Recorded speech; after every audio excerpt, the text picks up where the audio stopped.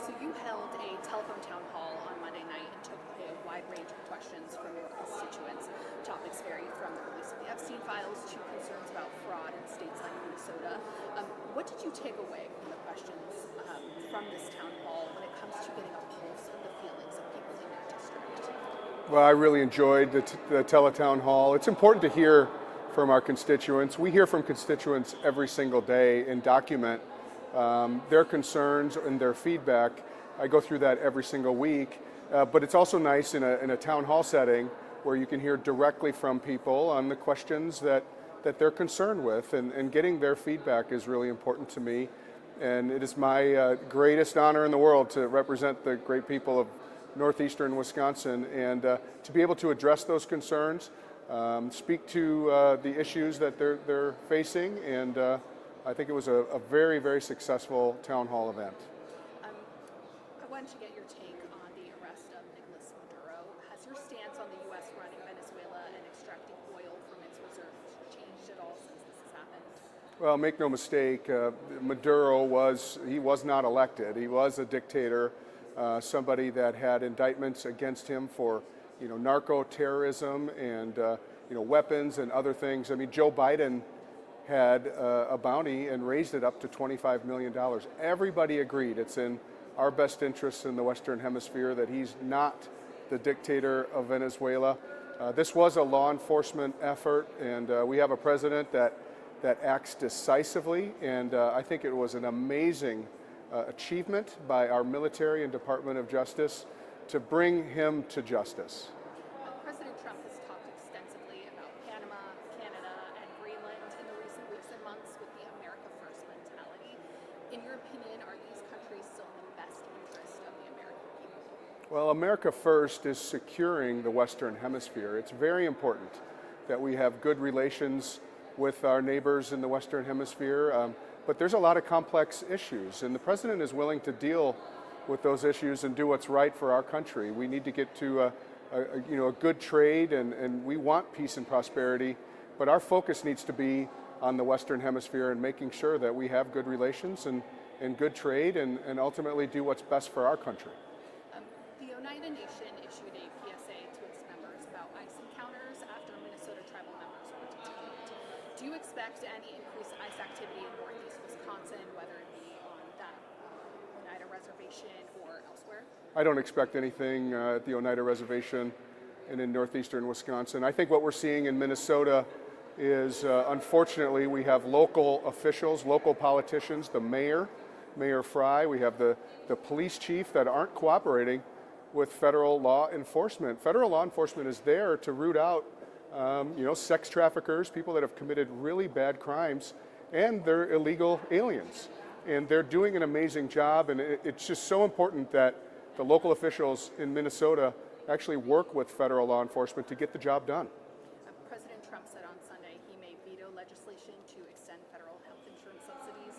Do you agree with the president on extending subsidies as Americans just have a few days to enroll in coverage? It's becoming clear that there is so much waste, fraud, and abuse in states like Minnesota. You have a governor that is doing a terrible job.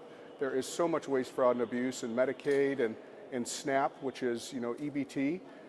That is all happening right now. That needs to stop. And our administration, the Trump administration, House Republicans are focused on rooting out the waste, fraud, and abuse, and it is rampant in Minnesota, and we're actually going to go in and make changes because, look, we're in a fiscal crisis in this country.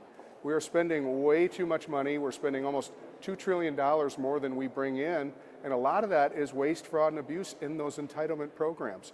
People are done. They want accountability. We want to be able to take care of people that need it, not to people that are committing this waste, fraud, and abuse, and we're going to continue to work hard to do that. Okay, so in the spring you introduced legislation for the Student Loan Marriage Penalty Elimination Act.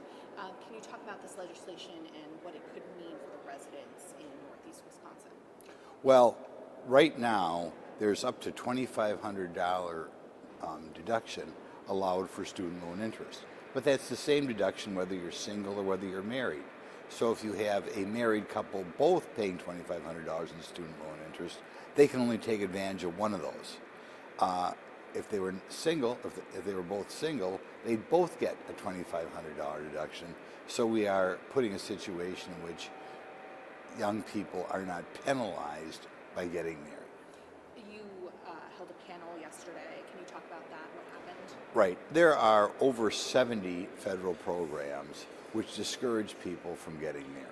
Okay, the big ones are food stamps, Medicaid, earned income tax credit, low-income housing, Pell Grants, all disappear, say, if a single parent marries somebody with an income, because all of a sudden you're no longer below poverty. We have got to stop penalizing people $25,000, $30,000 a year for getting married. It could go both ways, but as a practical matter, we're pushing the fathers out of the household. It's time to end that. We had an expert, Robert Rector, there, who was instrumental in the welfare reforms of the 1990s. We had a representative of President Trump there who was very positive. We like to think we can do something about it this year, and if not this year, next year. It is ridiculous that the federal government penalizes people $25,000 a year for getting married if they have children. I'm going to ask about Venezuela now. Has your stance on the U.S. running Venezuela and extracting oil from its reserves changed at all? Well, I think it is something that in the long run is going to work out well. Venezuela is able to assist other communist countries in the region, including Cuba. It's able to assist China, and all these other things provide danger for the United States. We also have a problem in Venezuela participating in the drug trade. And we really can't be serious about the drug trade unless we do something in Venezuela. Obviously, it's a huge undertaking. I was kind of surprised that President Trump would want to do something like this, but it's consistent with the Monroe Doctrine, which we've had for so much of our history. President Trump has talked extensively about Canada, Panama, Greenland in recent weeks and months with the America First mentality. In your opinion, are these countries still in the best interest of the American people? Well, I don't think it does well to unnecessarily create friction between us and Canada or Mexico. Okay, in the long run, I think one has to pursue very gently with regard to Greenland. I think as a practical matter, it's in the American sphere of influence, and it's going to be in the American sphere of influence, whatever happens here. But if President Trump feels he can reach an agreement, because I guess we are largely providing protection for Greenland anyway, an agreement with Denmark, I think that would be in the long-term best interest of the United States and in the best interest of the citizens of Greenland. What do you think about his remarks when he say we're going to get Greenland the easy way or the hard way? He hopes that they can strike a deal, but there are reports that there could be potential military involvement. I would be very surprised if something like that would happen. The Oneida Nation issued a PSA to its members about ICE encounters after Minnesota tribal members were detained. Do you expect any increased ICE activity in northeast Wisconsin, whether it be on the Oneida Reservation or elsewhere? I don't know of any ICE activity on the Oneida Nation. I assume that was a mistake. There will be a ramp up of ICE activity all over the country. You know, we got to remember we had 8 to 10 million new people come here who shouldn't have come here under the Biden administration. Under the big bill that was passed last July, we anticipate hiring more agents, which will be spread out all over the country to remove people who shouldn't be here. President Trump said on Sunday he may veto legislation to extend federal health insurance subsidies. Do you agree with the president on extending subsidies as Americans just have until the 15th to enroll in ACA coverage? I think we should pass an overall comprehensive health care bill of some nature. You can't just extend the subsidies, period, because there's so much fraud in the program. There's so much waste. I am a little disappointed.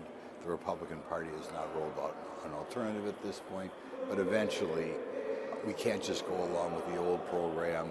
It is just, like I said, wildly unnecessarily expensive because of so much fraud. And it primarily benefits the insurance companies, right? The original, what's referred to as kind of Obamacare, the insurance companies were very involved in crafting it, and they're certainly making a lot of money on the system, really way too much money.